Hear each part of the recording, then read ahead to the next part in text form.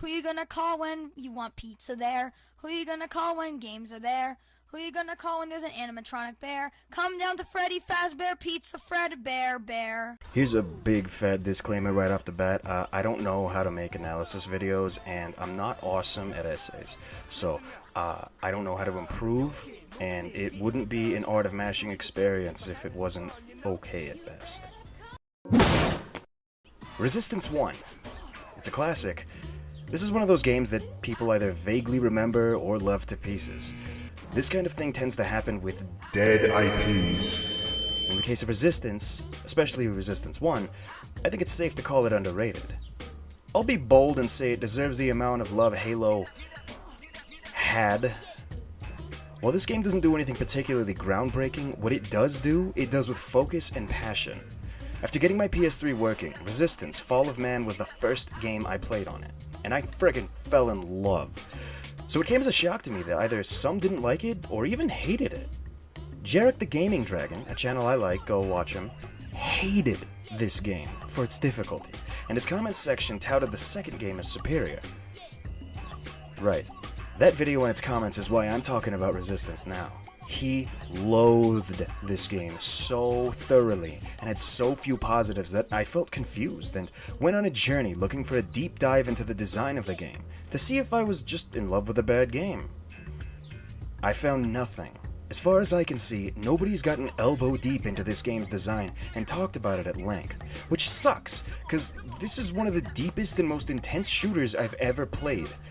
I put it on the shelf next to Half-Life, both of them, most of Halo 1, all of Halo 2 and 3, Urban Chaos Riot Response, and just ahead of Necrovision.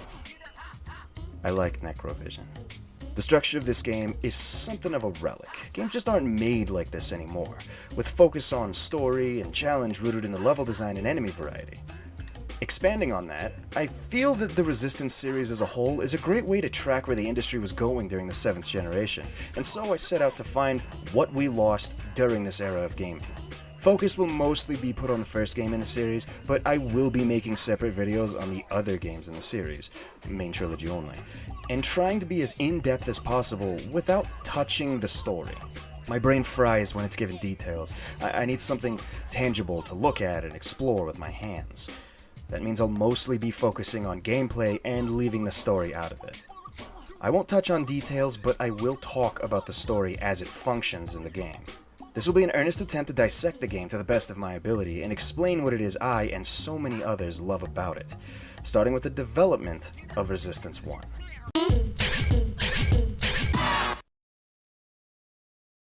There isn't a lot on this game's development, at least not that I could find.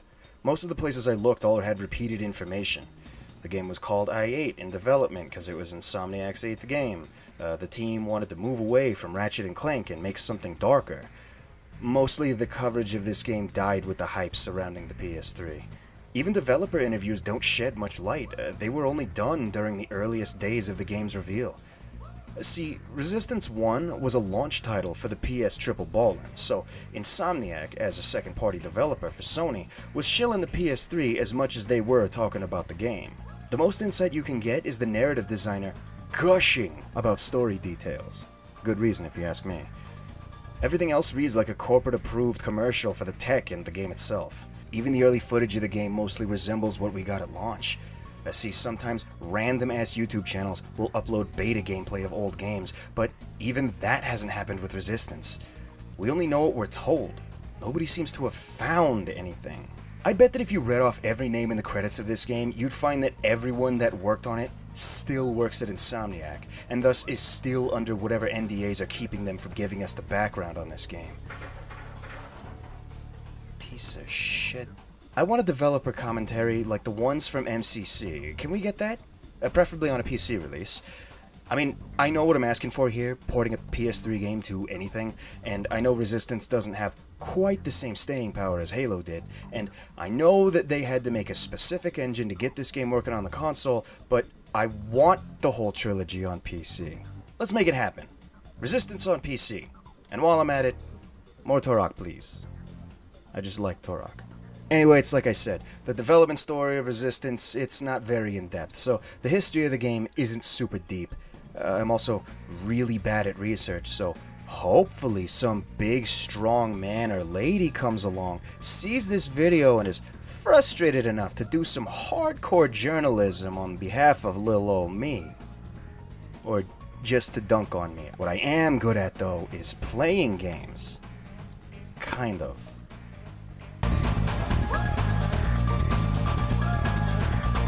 Resistance 1, which I'll be referring to by its subtitle, Fall of Man, is an old-school FPS. A boomer shooter, if you will. It at least has a few pieces of throwback shooter DNA. Massive arsenal, focus on level design and enemy encounters, and a solid gameplay flow. The game does have a story, but it doesn't shove that story in your face. All you need to know is you play as U.S. Army Ranger Nathan Hale, and you're in a horrible, fictional country called England that is populated by terrifying, ugly beasts and also aliens. You go shoot guns then. Sure, you got your cutscenes at the start of the game and between levels, but not only are these skippable, but during gameplay you'll always be in control of Hale. At no point is your view ever jerked in a certain direction to look at something that either is obvious or should be. Never is your walk speed halved while you trudge down a hallway. Best of all, for me anyway, there are no pointless set pieces that exist solely to make the conflict seem more grand. Instead, the gameplay itself helps to set up the scale of the conflict. This focus helps the adventure feel more personal, and not in a way that we become Hale, but more that we're invested in his fight. The story is there, and it's layered too, but you could be forgiven for missing it with how subtle it is during gameplay. What with all the... At the start of each level, you'll watch a short cutscene from Hale's perspective, giving relevant information to the present conflict. You see the situation through his eyes, and after maybe 5 seconds, control is handed off to you and it isn't taken away. You're left to engage with whatever objective needs completing, but that explanation isn't doing justice to the sense of flow present in this game. A handful of times in the campaign, Hale is transported from one area to another, but otherwise Fall of Man is very Half-Life 2 about its progression. You start in one place and end up in another by walking there. The sense of flow extends to the level design. Like, at one point, Hale gets knocked out by a barrel and transported to a Chimeran conversion center. The next, 3 levels are in the conversion center, but instead of throwing the player into an alien environment, the center is built into an old fish cannery. There are these familiar structures made out of wood that have these hexagonal glass alien tubes and machinery jutting out from them. Walking through these buildings, you'll end up passing through some more human machinery before ending up in a fully metallic Chimeran structure. All the while, seeing the progression of a human from corpse to cocoon to chimera. This level exists to show the process by which humans are converted into chimera by machinery, hastening the process the virus started. Fall of Man subtly introduces a concept instead of giving you that hard right of Resistance 2's "Look at that alien shit!" Weird, right? A lot of work went into establishing this world, and much care was put into easing us into it narratively. The sense of flow present in Fall of Man is masterful. Sure, modern games get that stuff right too, but the way this game's environments integrate story without having so much detail and senseless clutter that the story gets lost is to be celebrated. The most granular detail in the environments of this game are the power outlets. Otherwise, if you find something lying on the ground in Fall of Man, it's there to feed the story. To this point, I've talked about flow, but not level design. Oops. Let me talk real quick about the way levels are designed. Y'all ever play Halo? I'm talking CE back in 2001. Combat Evolved. That game had 4.5 good levels and 4 awful to okay levels. Fall of Man is built like those 4.5 good levels. Let me explain. When you start CE, as I'll be referring to Halo 1, you get your gun and navigate the halls of the Pillar of Autumn. There are small offshoots on the main path, but otherwise the level does a great job of keeping you on track while also making it feel natural. Doors either shut or explode when you walk up to them, and some are blocked completely. Chief mostly moves through open hallways to navigate the Pillar of Autumn. All through the level, Covenant forces are fighting with the UNSC, and this helps to draw your attention in the right direction. But you want to shoot aliens, don't you? We'll go that way. Resistance uses enemies and friendly AI similarly to draw your attention to the place you need to go. Resistance also has tiny offshoots and nooks that hide goodies in them, but how are these kept natural? Either by being kept to a single room, or by being a small section of an otherwise important room. You're never off track for more than a few seconds, and these small offshoots are never packed with enemies that guard something insignificant. You might encounter 2 or so enemies in a few sections, but otherwise you're rewarded for noticing this area. You don't gotta earn it twice. In CE, Truth and Reconciliation has this massive area with multiple floors. It can be kinda hard to find your way, but fighting in the hangar is awesome and memorable. This room makes for such a good combat arena with its various elevations that you come back to it as you progress the level. Fall of Man has a similar level in London. Hale has to navigate a train station, and we use every part of the metro. Seriously, the path through this area has you winding from front to back, up and down. It doesn't quite utilize itself as well as CE's hangar, but the parallel between these levels' designs jumped out at me when I first played the game. It is possible that I'm seeing things that aren't there. I do have a history with this kind of thing. Don't trust me. Returning to CE for a second. From the second half of the Silent Cartographer up to the library are pretty awfully designed levels. Now, they aren't wholly bad, but mostly, yeah.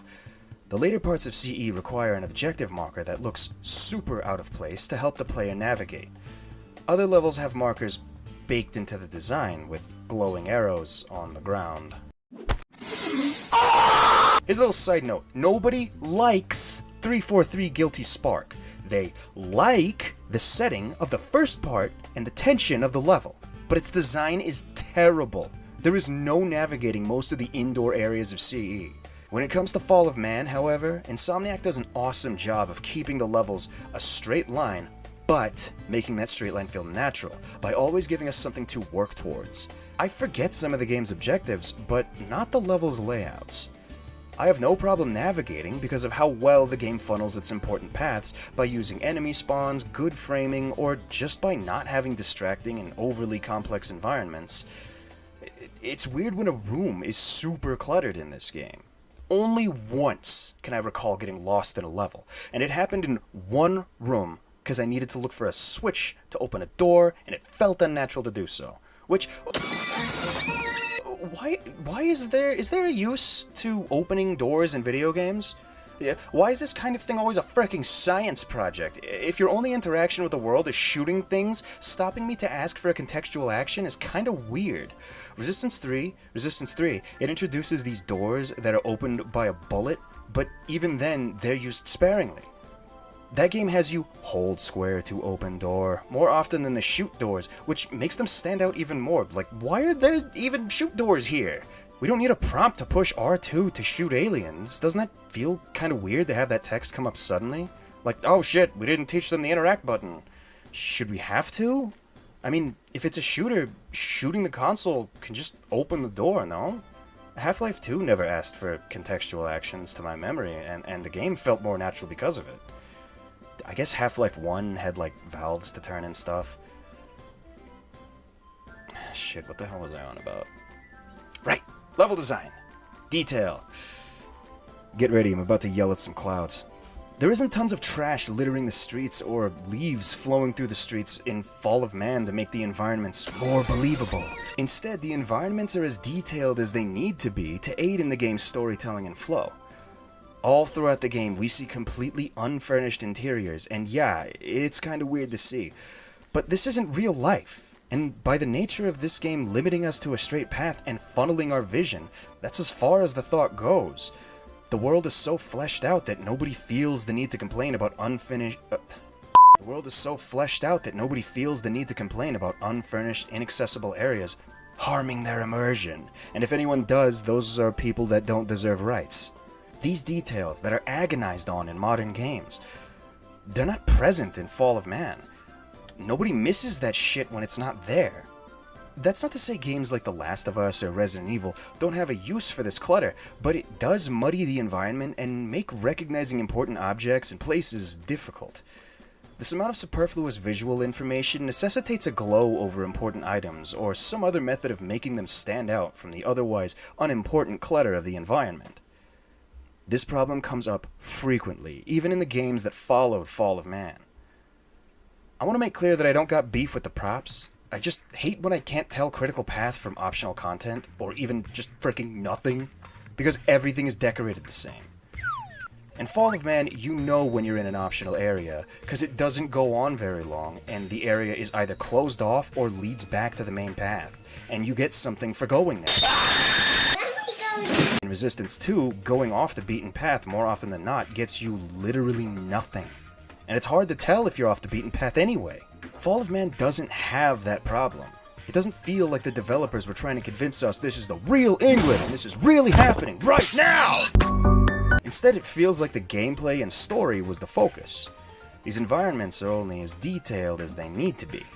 Going beyond inanimate objects for a second, human corpses will litter the battlefields of each level. These serve both a narrative and gameplay function by offering diegetic story and by keeping your human weapons topped off. By diegetic story, I mean this. Dead Brits become as common as bird shit. These guys drop by the dozens. Sometimes, though, you can see corpses dressed in different armor, kitted out and carrying big radios that beep out Morse code. The story has 4 ways of reaching you: cutscenes, radio chatter in levels, Morse code soldiers, and the intel files that function as rewards for finding hidden areas. On the Morse code thing, unique messages will beep out on the pause screen. The messages that show up here don't appear anywhere else in the game, but on the pause screen. And they show up there because the pause screen is Hale pulling out his radio! Not only that, but there are 2 stories happening simultaneously. The one you partake in, and the one in the background happening with those strangely dressed soldiers. Then there are the small environmental stories, like a corpse in a hallway signaling an ambush, or a morgue full of enemies that woke up off the autopsy table when the Chimeran virus took hold post-mortem. There are no hybrids in this room, because they weren't converted bodies. These guys don't have weapons because they were corpses a little while ago. These are the details we remember, the ones we talk about. Not flip-flops flipping and flopping in GTA 5 or Dean, Dale, whatever the hell his name was from Days Gone. His pupils dilate in the dark and shrink in the light. Why? It doesn't change the gameplay, it doesn't feed the story, I'm not convinced he's a real person, not even remember his freaking name! Horseballs don't need to shrink, we don't need to see the folds on Geralt's foreskin. Just for the love of God, let the nerds make cool games again! So that's all I had when I lost a bunch of stuff on my hard drive. I kind of have to start over, but I do have like some... Anyway, let me know what you think. I'll let you know what I think. I don't know why I got so mad about very specific things that are hard to describe and then didn't describe them. But anyway, if this kind of like commentary was interesting to you and like the jokes landed for you, you can check out any of the LPs that Kiki and I do. We are playing through Resistance right now.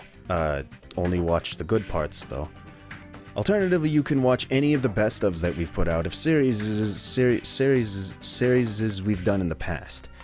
So if you're looking for something new to watch, I mean, hey, you can touch that.